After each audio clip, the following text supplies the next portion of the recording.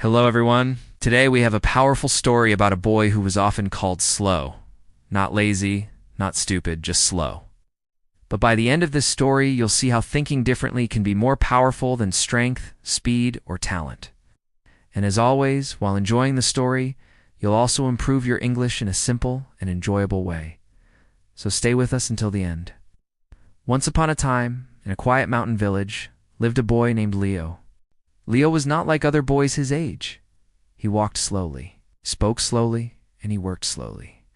Because of this, people in the village often laughed at him. You would hear whispers and taunts every day. "Why are you always behind?" one would say. "Can't you move faster?" Another would mock. "Life won't wait for you, slowpoke." Even his own father worried deeply. At night, he would lie awake, staring at the ceiling and thinking, "If I'm gone one day, how will Leo survive in such a fast, demanding world?" The worry etched lines on his face. Every day, Leo helped his father carry firewood from the forest. It was a chore all the village boys did. The other boys, strong and energetic, could easily carry 2 heavy bundles of wood on their shoulders, racing each other back to the village. Leo, however, could only manage one small one. He would walk steadily, step by step, while the others passed him by, sometimes shaking their heads in amusement. But what people didn't notice, what they never took the time to see, was that Leo never dropped his load. Not once. He never stumbled on a hidden root or lost his balance on a slippery stone. Never wasted energy with unnecessary movements. He never rushed. His pace was measured, his breathing was even, and his focus was complete. Every step had a purpose. One winter, disaster struck the village. A powerful storm, a blizzard of historic proportions, raged for days. When the snow finally stopped, the villagers discovered that the main mountain road, their only connection to the outside world, had been completely destroyed by a massive avalanche. Food supplies quickly became limited. Panic began to set in. The village leader, a wise but worried old man, announced an urgent challenge. He stood in the center of the village square and declared, "Whoever can brave the wilderness and bring back supplies from the next valley within 3 days will be rewarded with 10 acres of fertile land and a chest full of gold. Our survival depends on this." Immediately, the strongest and bravest men in the village volunteered. There were the fast runners, known for their speed on the mountain trails. There were the experienced climbers, who knew every rock and crevice of the surrounding peaks. They boasted about their strength and their knowledge of the mountains, confident they would succeed. Leo, standing at the back of the crowd, stayed silent. He listened to their bold claims, feeling a familiar sense of inadequacy wash over him. He knew he was neither the strongest nor the fastest. What could he possibly do? That night, things took a turn for the worse. His father, weakened by the lack of food and the biting cold, grew very ill. He shivered with fever, and his breath came in ragged gasps. They had almost no food left in their small hut, just a few scraps of dried bread. Desperation clawed at Leo's heart. He sat beside the small, flickering fire, watching the shadows dance on the walls. He looked at his ailing father, then at his own hands. For a long time, he just thought, "I may not be fast," he whispered to himself. "I may not be strong, but I still need to try. I have to try for him." His quiet determination solidified into a plan. The next morning, as the volunteers prepared to leave, Leo stepped forward. A murmur went through the crowd. The villagers exchanged disbelieving glances. "Him?" Someone whispered loudly. "He'll never make it past the first ridge.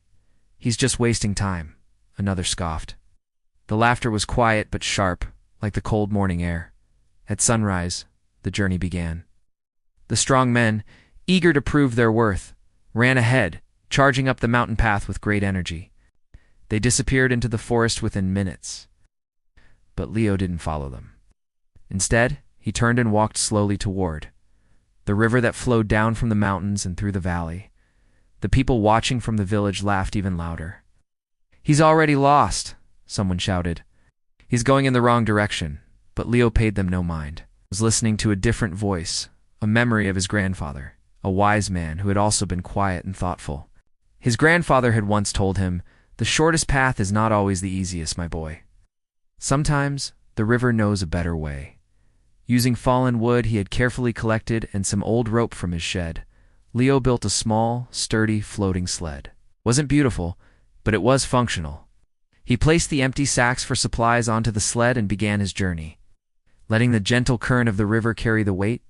While the other men struggled uphill, battling steep slopes and deep snowdrifts, Leo walked calmly beside the river. He guided his little sled with a long pole, navigating around rocks and through shallow waters. His steps were slow. His breathing was steady. He conserved every ounce of his strength, letting the river do the heavy work. On the last day of the challenge, a final obstacle appeared. A steep, icy cliff blocked the river path, creating a waterfall that was impossible to pass. The strong men who had taken the mountain route arrived at the meeting point on the other side first, but they were exhausted. Their supplies were damaged from falls and rough travel. Some had even given up and turned back, defeated by the harsh conditions. Leo arrived last, just as the sun was beginning to set, but he wasn't tired. His clothes were dry and his energy was intact. The other men watched, curious and confused, as he approached the cliff. Instead of attempting the treacherous climb, he simply waited. He sat down, watched the sun, and waited. As the sun's rays warmed the rocks of the cliff face, the ice and snow began to melt. Slowly, a hidden, gentle slope appeared, one that had been invisible under the frost. It was a path no one else had noticed. Leo carefully unloaded his supplies from the sled. Then, using the sled itself, he slid each bag down the gentle, slushy slope, one by one, safely and without effort. When he finally walked into the destination village, he was the only one who had completed the mission successfully, with all the supplies intact. The crowd that had gathered was completely silent. They had expected a hero, a champion of strength or speed. Instead, they saw Leo, the slow boy, standing calmly with his precious cargo. Leo didn't smile.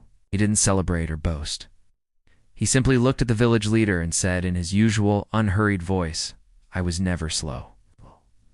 I was just careful." The village leader looked at Leo, then at the intact supplies, and nodded with a deep understanding. That winter, thanks to Leo, the village survived. And for the first time in his life, when Leo walked through the streets, people stopped laughing. They watched him with a new respect.